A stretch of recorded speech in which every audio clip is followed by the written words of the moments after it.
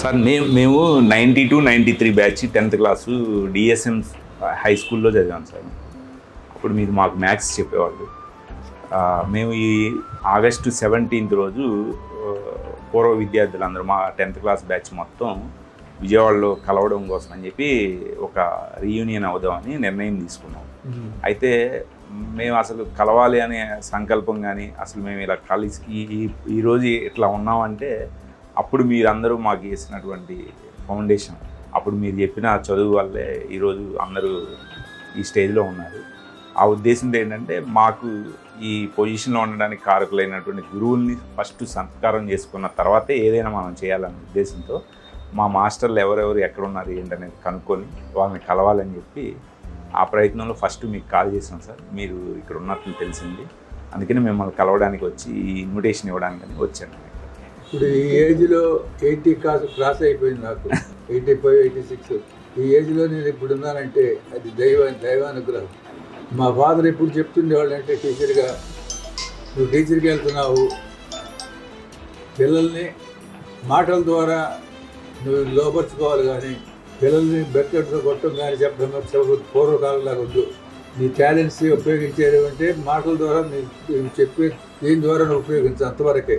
అలాగే ఆయన చెప్పిన మాటలు నేను మనకు గుర్తుపెట్టుకొని హై స్కూల్లో నేను చదువుకునేటప్పుడు భవానీ మాస్టర్ గారు ఉన్నాడు, లెక్కల మాస్టర్. ఆయన ఒక స్కూల్లో టాప్. ఆయన స్ఫూర్తి నాకు. ఆయన ఎలా చెప్పేవాడో ఏం చేసేవాడో అది చూసేవాడు నేను చదువుకున్నప్పుడు ఎస్ఎల్సి. నేను టీచర్ అవుతానని అనుకోలేదు. అది ఆయన చెప్పిందంతా నాకు గుర్తుండేది. ఆటోమేటిక్గా నా లైఫ్లో టీచర్గా టర్న్ అవడం, అది మా స్ఫూర్తి అవటం. మా డాడీ యొక్క ఎయిమ్ ఏంటంటే నువ్వు క్లాస్కి వెళ్ళినప్పుడు పిల్లల్ని బ్యాక్వర్డ్ స్టూడెంట్ ఎవరుంటారో చూసుకో, తెలివిగల ఆటోమేటిక్గా చెప్పుకుంటూ వెళ్ళిపోతారు. అందరిలో బ్యాక్వర్డ్ స్టూడెంట్ని పట్టుకో, వాళ్ళని నువ్వు చెప్పగలేమంటే నువ్వు సక్సెస్ అయినట్టే అని చెప్పేవాడు. అలాగే నేను నా ప్రయత్నం అంతా ఆ విధంగా చెప్తా, బోర్డు మీద బొమ్మలు వేసి బొమ్మల ద్వారా చెప్తే. అందుకని మీరందరూ ఏంటంటే ఒక ప్రక్రియలుగా అందరూ ఇక్కడ 5-6 లెక్కల మాస్టర్లు ఉంటారు. మీరు గుర్తున్నారు. కానీ కావాలి, బాబురావు గారు కావాలి, మాకు వస్తే బాగా పిల్లలు అనుకోవటం మాకు ఎంతో సంతోషం. ఎందుకంటే మా యొక్క ఇదేంది మీకు చూపించాం కాబట్టి మీరు లైక్ చేశారు కావాలని. ఆ విధంగా మీ స్కూల్ డిఎస్ఎంకి రావడం, మీ లెక్కల మాస్టర్గా రావడం అన్ని చేసిన అదృష్టం. మీ అందరితో కూడా ఈనాటి వరకు ఈ ఏజ్ వరకు వచ్చి మీరు మమ్మల్ని పలకరిస్తున్నారంటే, లేదా సన్మానిస్తున్నారంటే నిజంగా భగవంతుని స్తోత్రం తెలుసుకుంటున్నాను.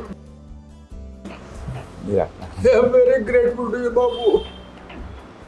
ఈ వయసులో నేను ఇట్లా అనుకోలేదు, కానీ ఇప్పుడు నువ్వు వచ్చి ఈ విధంగా చేయటం వల్ల నా మనసు ఎంత ఆనందంగా ఉందంటే చెప్పలేదు. భగవంతుడు దీర్ఘాయుష్ అనుగ్రహించి నీ బిడ్డలందరినీ కాపాడుగాక. మీ అందరినీ కలవాలని చాలా ఆశగా ఉంది, కానీ మేము ఆ రోజు వచ్చే పరిస్థితిలో ఉంటే దైవ చిత్రం అయితే రాగలుగుతాము. మా ఆశీస్సులు మీ ఎల్లప్పుడూ మీ అందరికీ దేవుడు అనుగ్రహించాలని కోరుకుంటున్నాం.